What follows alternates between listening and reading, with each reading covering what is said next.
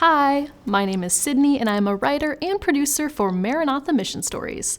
That's Maranatha's TV show, in case you didn't know. Today, you're gonna follow me on a media trip in the Dominican Republic to a church that has worshipped for 30 years without an actual church building of their own.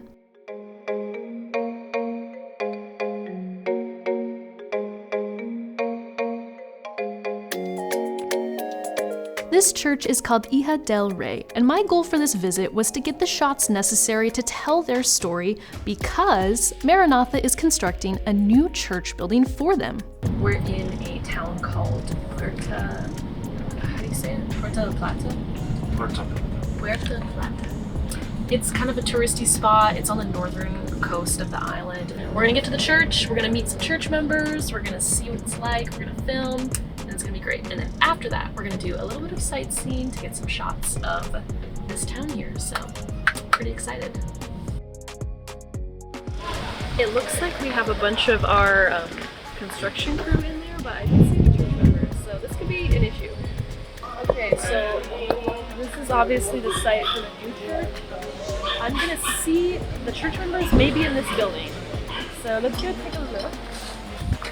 Church members, 0. Bags of cement, more than we could ever want.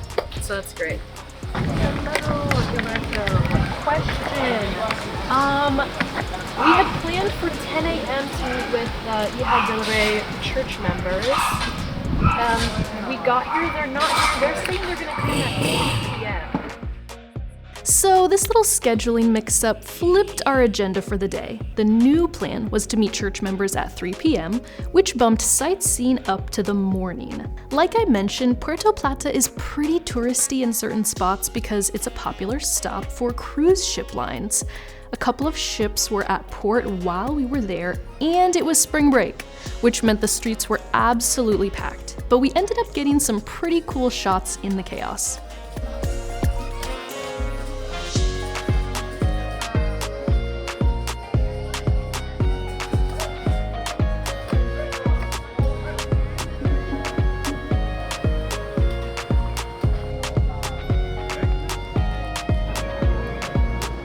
Then we had a lunch of falafel and hummus and pita. And I know what you're thinking, not Dominican food. But options were limited, we were running out of time, it just happened.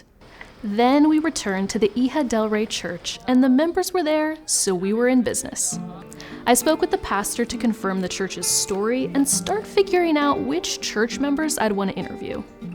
The Hija del Rey church began roughly 30 years ago, but they didn't have their own church structure until 3 years ago when they bought this land. For the last 3 years, they met in this little shack because they don't make enough money to construct a proper church building.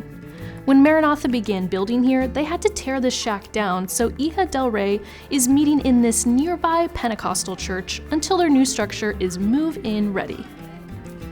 This is the woman I decided to interview. Her name is Maria Elena, but her friends just call her Malena. Malena was one of the people who helped start this church 30 years ago and has worked tirelessly to keep it alive. She invites new members, does Bible studies, and as you can see, she is passionate about her faith community. After our interview, we brought Malena back to the church slab because we needed some more video clips of her. We asked her to just look at the foundation as if in thought. And at first, I felt a little awkward making this request. I didn't know if she'd feel silly or like we were posing her too much. But then Malena began to cry, and it was like the camera wasn't even there. She prayed her thanks out loud to God. It was a special moment that really made it sink in for me just how important this church is to her and just how big a milestone it is for Hija del Rey to have a building. Malena's dedication to growing her church, even when it was just a little shack, inspired me to have faith even when things don't go my way. To be honest, I might forget the beauty of Puerto Plata years from now, but I won't forget Malena's beautiful example of hope, perseverance, and trusting God. For more videos like this one, like, comment, and subscribe to our channel.